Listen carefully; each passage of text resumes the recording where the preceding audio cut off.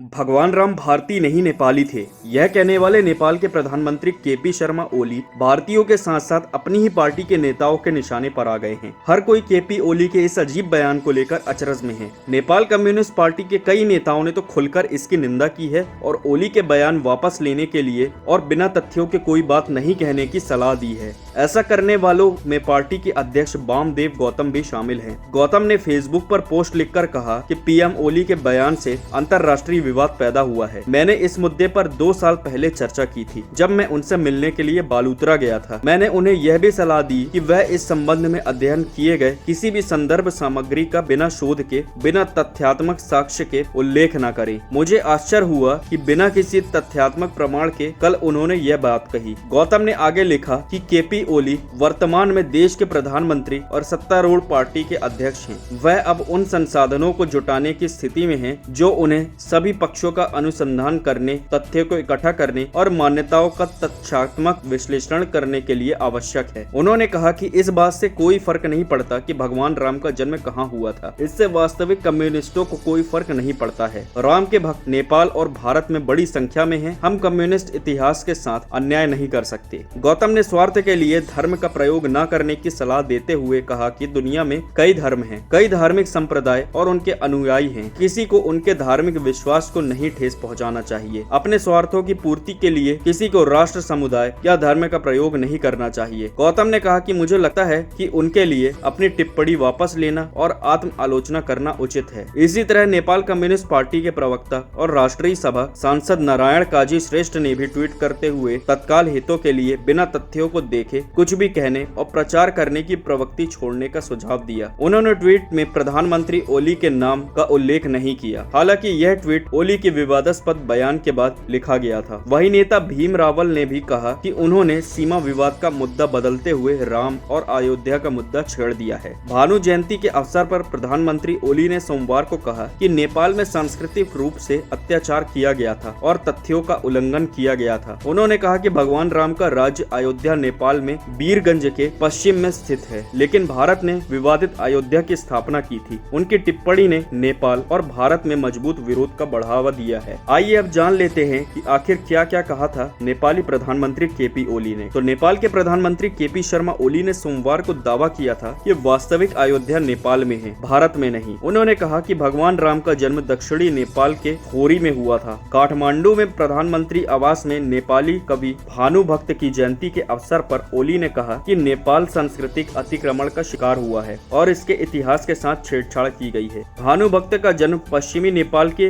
तानहू में 1814 में हुआ था और उन्होंने वाल्मीकि रामायण का नेपाली में अनुवाद किया था। ओली ने आगे कहा कि हालांकि वास्तविक अयोध्या वीरगंज के पश्चिमी में थोरी में स्थित है, भारत अपने यहाँ भगवान राम का जन्म स्थल होने का दावा करता है। ओली ने कहा कि इतनी दूरी पर रहने वाले दूल्हे और दुल्हन का विवाद उस समय संभव नहीं था जब परिवहन के साधन नहीं थे। उन्होंने कहा वीरगंज के पास जिस स्थान का नाम खोरी है वह वास्तविक अयोध्या है, जहाँ भगवान राम का जन्म हुआ था। भारत में अयोध्या पर बड़ा विवाद है, लेकिन हमारी अयोध्या पर यहाँ कोई विवाद नहीं है। तो पीपल्स, इस बेतुके बयान के बारे में आपकी क्या राय है हमें नीचे कमेंट बॉक्स में बताएं। साथ ही अगर इससे जुड़ा कोई और अपडेट आता है तो हिंदुस्तान मिरर आपको देता रहेगा। तब तक आप सब जुड़े रहें। धन्यवाद।